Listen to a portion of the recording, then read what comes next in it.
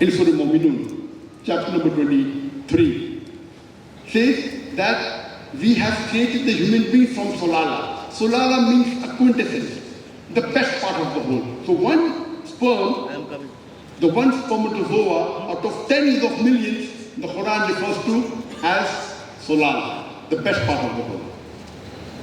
Quran also says in Surah Insan, chapter 73, verse number 2, we have created the human being from nutfatin amshaj, a mingled quantity of fluid, a minute quantity of mingled fluid. And we know that besides the male fluid, there's female fluid, there's spermatic fluid, which constitutes of the seminal vesicles, also the testicular fluid. So all this the Quran refers to as nutfatin amshaj, a minute quantity of mingled fluid. Today science tells us that the sex of the child is determined by the sperm, by the male. There are 23 pairs of chromosomes. If the 23rd pair is XX, it's a female. If it's XY, then it's a male. So if the male sperm, if the X takes part and the zygote is formed, it is a female. If the Y takes part, it becomes the male. So the male is responsible for the sex of the child. Allah says this in Surah Najm, chapter 53, verse number 45-46, that He made you into male and female from a minute quantity which is ejaculated. So when the word is used, the word Arabic word is tumna, coming forth from a male, it means the male fluid gives rise to the male and female. Allah says in Surah Insan, chapter 75, verse number 37-39, we have created the human beings into male and female from a minute quantity of sperm. Nutfatum min maniyumna. The Quran says a minute quantity of sperm. So the sperm is responsible for the sex of the child, not the ova. This Quran mentions 1400 years.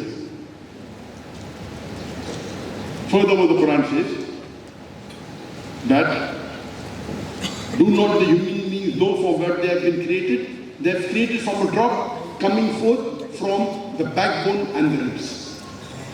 Today science tells us that the genital organs in the male, that the testicles, and in the female, the ovary, in the embryonic age, they are developed from the space where the kidney is present between the backbone and the 11th and 12th rib. And in the adult, in the embryonic age, they descend. The ovaries descend till the true pelvis. In the male, via the inguinal canal, the testicles descend to the scrotum. In the adult life, even after the descent, they get the nerve supply from the same space between the backbone and 11th and 12th rib. They get the blood supply from the same space. Even the lymphatic drainage goes back to the same space. Imagine, the Quran speaks so much detail. The Quran says in Surah Zumar, chapter 39, verse 6, that we have created the human beings in the womb of the mother in 3 veils of darkness. Prophet Zakir says, these 3 veils of darkness the Quran refers to is the anterior abdominal wall, the uterine wall, and the amniochorionic membrane. The Quran says in Surah Mu'minun, chapter number 23, verse number 11-14, we have created human being from a minute quantity of liquid, nutfa. We made from a quintessence of clay, then from a minute quantity of liquid nutfa, then made the nutfa into a mudga, a tube-like lump.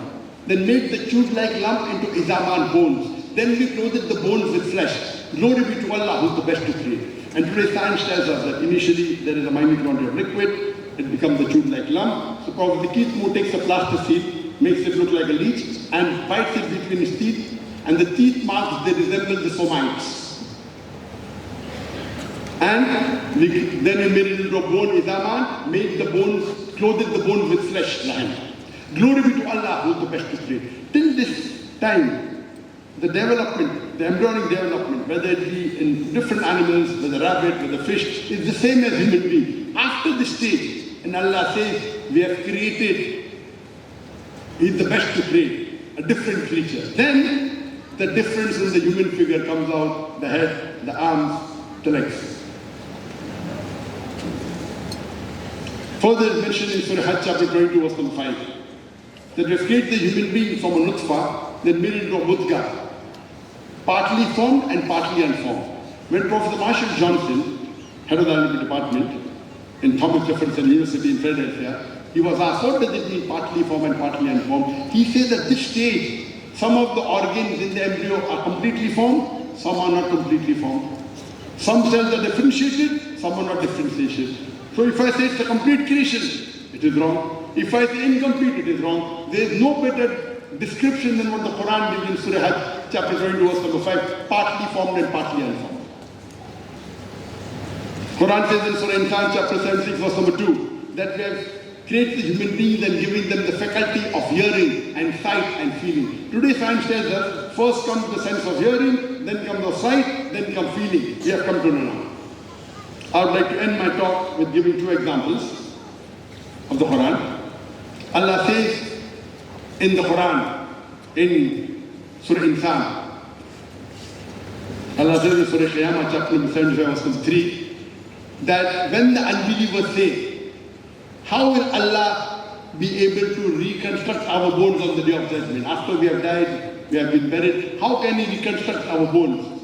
So Allah says, Allah can not only reconstruct the bones, He can even reconstruct in perfect order the very tips of the finger. What does Allah mean by saying He can reconstruct in perfect order the very tips of the finger? It was Sir Francis Gould in 1880 who discovered the fingerprinting method. And he said, no two fingerprints, even in a billion human beings, are identical. And today this fingerprinting method is used by CIA, FBI and the police to identify the criminals. I would like to end my speech by giving the example of Prophet Takashon. Prophet Takashon he hails from Thailand and he's a very famous doctor. Previously, we medical doctors, we thought that the pain was only felt because of the brain. Now we have come to know that there are certain receptors in the skin which are also responsible for feeling of the pain. So if a patient of pain, if a patient of burn injury comes, the doctor takes a pin and pricks it in that area. If he feels pain, the doctor is happy. It's a superficial burn. If he does not feel pain, the doctor is sad. It's a deep burn.